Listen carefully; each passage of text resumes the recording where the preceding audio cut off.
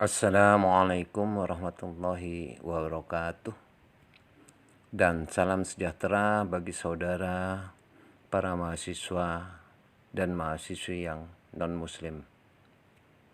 Pada kesempatan ini saya mewakili tim pengampu mata kuliah komunikasi dan negosiasi bisnis akan memberikan materi dengan subjudul pengertian, proses, dan kemampuan serta keterampilan dasar dalam bernegosiasi atau bab 12. Kita mulai dari A. Pendahuluan. Sesungguhnya setiap hari kita tanpa sadari selalu melakukan negosiasi. Negosiasi adalah sesuatu yang kita lakukan setiap saat dan terjadi hampir di setiap aspek kehidupan kita. Selain itu, negosiasi adalah cara yang paling efektif untuk mengatasi dan menyelesaikan konflik atau perbedaan kepentingan. Kita memperoleh apa yang kita inginkan melalui negosiasi. Mulai dari bangun pagi, mungkin kita harus mengambil kesepakatan siapa yang harus menggunakan kamar mandi terlebih dahulu.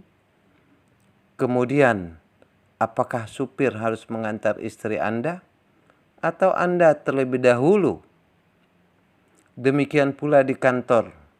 Misalnya, kita melakukan negosiasi dalam rapat direksi, rapat staf, bahkan untuk menentukan di mana akan makan siang, kita harus bernegosiasi dengan rekan sekerja kita. B. Pengertian negosiasi. Kegiatan negosiasi merupakan proses saat kedua belah pihak melakukan negosiasi untuk mencapai tujuan yang dapat memenuhi kepuasan semua pihak yang memiliki kepentingan dengan elemen-elemen kompetisi dan kerjasama, serta termasuk yang ada di dalamnya suatu tindakan yang dilakukan saat melakukan negosiasi untuk mempengaruhi atau kerjasama dengan orang lain dengan memiliki tujuan tertentu. Pengertian negosiasi menurut para ahli. Menurut Kamus Oxford, negosiasi adalah suatu cara untuk mencapai suatu kesepakatan melalui diskusi formal. Contoh, Christopher Columbus meyakinkan Ratu Elizabeth untuk membiayai ekspedisinya saat Inggris dalam keadaan perang besar yang memakan banyak biaya. Atau penyelesaian sengketa Pulau Sipadan Ligitan, yaitu pulau yang berada di perbatasan antara Indonesia dengan Malaysia. Menurut Phil Baguley, definisi negosiasi yaitu cara untuk menetapkan keputusan yang dapat disepakati dan diterima oleh dua pihak dan menyetujui apa dan bagaimana tindakan yang akan dilakukan di masa mendatang. Sedangkan negosiasi memiliki sejumlah karakteristik utama, yaitu 1. Senantiasa melibatkan orang, baik sebagai individual, perwakilan, organisasi, atau perusahaan, sendiri atau dalam kelompok. Kedua, memiliki ancaman terjadinya atau di dalamnya mengandung konflik yang terjadi mulai dari awal sampai terjadi kesepakatan dalam akhir negosiasi. Karakteristik yang ketiga adalah menggunakan cara-cara pertukaran sesuatu, baik berupa tawar-menawar atau bergain, maupun tukar-menukar atau barter. 4. Hampir selalu berbentuk tatap muka yang menggunakan bahasa lisan, gerak tubuh, maupun ekspresi wajah. 5. Biasanya menyangkut hal-hal di masa depan atau sesuatu yang belum terjadi dan kita inginkan terjadi. 6. Ujung dari negosiasi adalah adanya kesepakatan yang diambil oleh kedua belah pihak. Meskipun kesepakatan itu misalnya kedua belah pihak sepakat untuk tidak sepakat. Menurut Ann Jackman, negosiasi adalah sebuah proses yang terjadi antara dua pihak atau lebih yang pada mulanya memiliki pemikiran berbeda hingga akhirnya mencapai kesepakatan. Saudara, para mahasiswa dan mahasiswi, berdasarkan pendapat para ahli tersebut di atas, maka dapat disimpulkan negosiasi adalah suatu proses komunikasi yang menghasilkan kesepakatan antara komunikator atau pihak yang menyampaikan informasi dengan komunikan atau pihak yang menerima informasi yang menghasilkan sama-sama menguntungkan bagi kedua belah pihak. Jika kita kaitkan dengan bisnis, maka komunikasi bisnis adalah suatu proses komunikasi dalam bisnis antara orang-orang yang terkait di dalam bisnis, baik sebagai pihak komunikator maupun komunikan yang menghasilkan sama-sama menguntungkan bagi kedua belah pihak.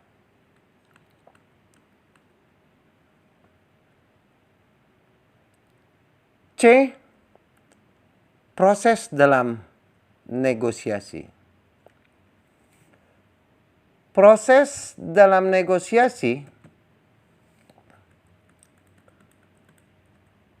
yang pertama adalah pihak-pihak yang mempunyai program atau pihak pertama melakukan penyampaian dengan memakai kalimat yang santun, jelas dan terinci. Kedua, pihak dari mitra yang berbicara menyanggah mitra bicara tetap dengan menghargai maksud pihak pertama. Ketiga, pemilik kegiatan atau program mengemukakan argumentasi dengan memakai kalimat yang santun dan meyakinkan mitra bicara dengan disertai alasan yang logis atau masuk di akal. Keempat, terjadi pembahasan dan kesepakatan untuk terlaksananya program negosiasi. D. Kemampuan dasar bernegosiasi. Hal yang sangat berpengaruh dalam kegiatan negosiasi adalah filosofi yang menginformasikan bahwa dari masing-masing pihak yang terlibat semua orang menang. Filsafat ini menjadi dasar setiap melakukan negosiasi. Kunci untuk mengembangkan filsafat supaya semua orang menang ialah dengan memperhitungkan semua aspek negosiasi dari semua sudut pandang. Adapun kemampuan dasar dalam bernegosiasi menurut bin Rafanani dalam bukunya yang berjudul Tips dan Trik Dahsyat Negosiasi, yaitu 1. Belajar bagaimana meminta sesuatu yang kita inginkan kepada lawan bicara kita pada saat bernegosiasi. 2. Belajar untuk mampu mengatakan kebutuhan kita kepada lawan bicara kita. Ketiga, menghindari negosiasi terhadap diri sendiri. Keempat, perlu mengetahui apa saja keuntungan yang akan kita peroleh dari lawan bicara kita. Kelima, mengembangkan seni mendengarkan pendapat-pendapat dari lawan bicara kita pada saat bernegosiasi. Keterampilan dasar dalam bernegosiasi. Keterampilan dasar dalam bernegosiasi yaitu 1. Ketajaman pikiran atau kelihayan. Yang kedua adalah sabar. Yang ketiga adalah kemampuan beradaptasi. Yang keempat, daya tahan. Yang kelima, kemampuan bersosialisasi. Yang keenam, konsentrasi. Yang ketujuh, kemampuan berartikulasi. Yang kedelapan adalah memiliki selera humor. Yang pertama adalah ketajaman pikiran, artinya kita harus dapat menganalisis semua pembicaraan dan maksud serta tujuan dari lawan bicara kita. Yang kedua adalah sabar atau kesabaran. Yang dimaksudkan di sini adalah sabar dalam menanggapi lawan bicara kita dan sabar pula dalam mengambil suatu keputusan. Yang ketiga, kemampuan beradaptasi. Yang dimaksudkan di sini adalah kemampuan untuk menyesuaikan diri dengan lawan bicara kita. Yang keempat, daya tahan, yaitu daya tahan fisik dan mental. Mungkin dalam bernegosiasi dibutuhkan waktu yang cukup lama sehingga tubuh kita harus sehat. Dan tahan mental jika keinginan lawan bicara kita tidak sesuai dengan apa yang kita harapkan. Kelima, kemampuan bersosialisasi. Kemampuan bersosialisasi ini artinya adalah kemampuan untuk bergaul dengan lawan bicara kita. Keenam, konsentrasi. Artinya menyatukan semua panca indera dan jiwa mengarah pada satu titik, yaitu mengarah kepada lawan bicara kita. 7. Kemampuan berartikulasi, yaitu kemampuan untuk dapat menggunakan kata-kata secara tepat, baik dan benar. 8. Memiliki selera humor, artinya dapat menggunakan kata-kata atau bahasa plesetan yang dapat mengundang tawa lawan bicara kita. Hal ini kita lakukan agar dapat mengurangi ketegangan pada saat kita bernegosiasi.